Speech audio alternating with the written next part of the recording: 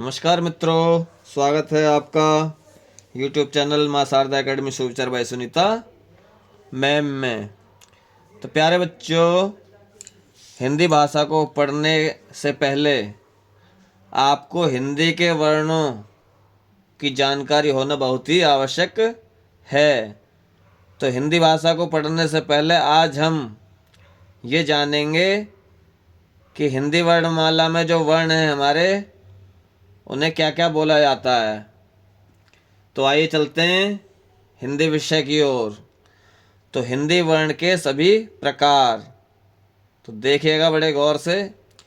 वर्णमाला के स्वर, यानी कि हिंदी वर्णमाला में हमारे 52 वर्ण हैं, यानी कि 52 वर्ण हैं। अब उनको किस प्रकार से वर्गीकृत किया गया है ये हम जानेंगे। स्वर, हिंदी वर्णमाला में हमारे जो वर्ण हैं उनको स्वर और व्यंजन के रूप में जाना जाता है।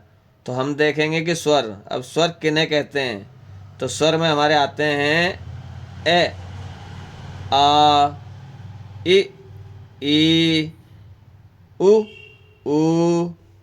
री, रैसे ऋषि, ए, ऐ, ओ, औ।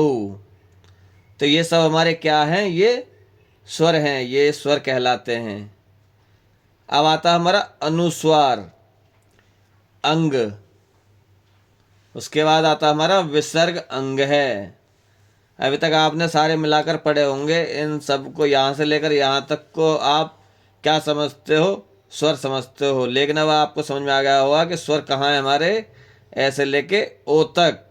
और ये हमारे अनुस्वार, अंग है, और विसर्ग हो गया हमारा अंगहा। अब चलते हैं आगे। अब वर्णमाला के व्यंजन, यहाँ तक ये हो गए स्वर आपके, और स्वर में भी ये अनुस्वार हो गया और ये हो गए हमारे विसर्ग। अब चलते हैं हमारे वर्णमाला के जो व्यंजन हैं। अब व्यंजन कौन कौन से हैं। क, ख, ग, घ और अणे। अब अभी तक आपको ये पता नहीं होगा कि ये कौन से वर्ण हैं। इन्हें हम कहते हैं कंठ, यानी कि हमारे कंठ से बोले जाते हैं, इसलिए इनका नाम है कंठ। क, ख, ग, घ, ण। उसके बाद है हमारा च, छ, ज, झ, ण।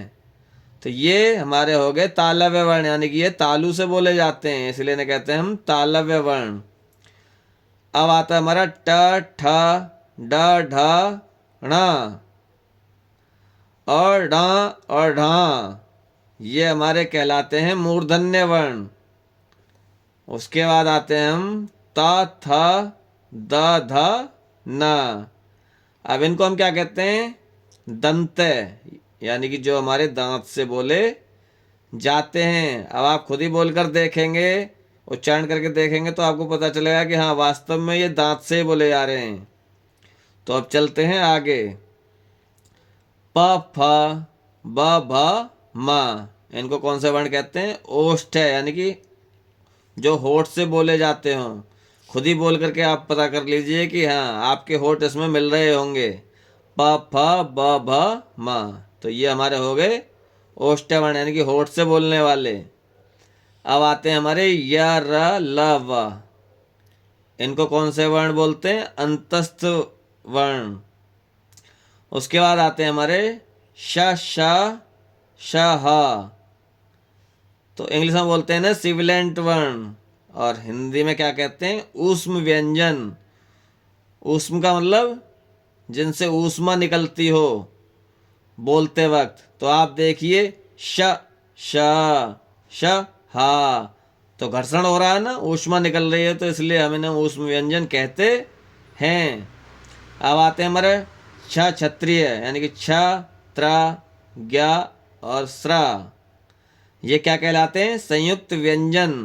संयुक्त व्यंजन क्यों कहा जाता है इनको, क्योंकि ये, इसे हम अगली वीडियो में बताएंगे, क्योंकि ये दो वर्णों से मिलकर बने हैं। छ, त्र, ज्ञ और स्र, ये दो वर्णों से मिलकर बने हैं, इसलिए हम क्या कहते हैं, इनको संयुक्त व्यंजन कहते हैं।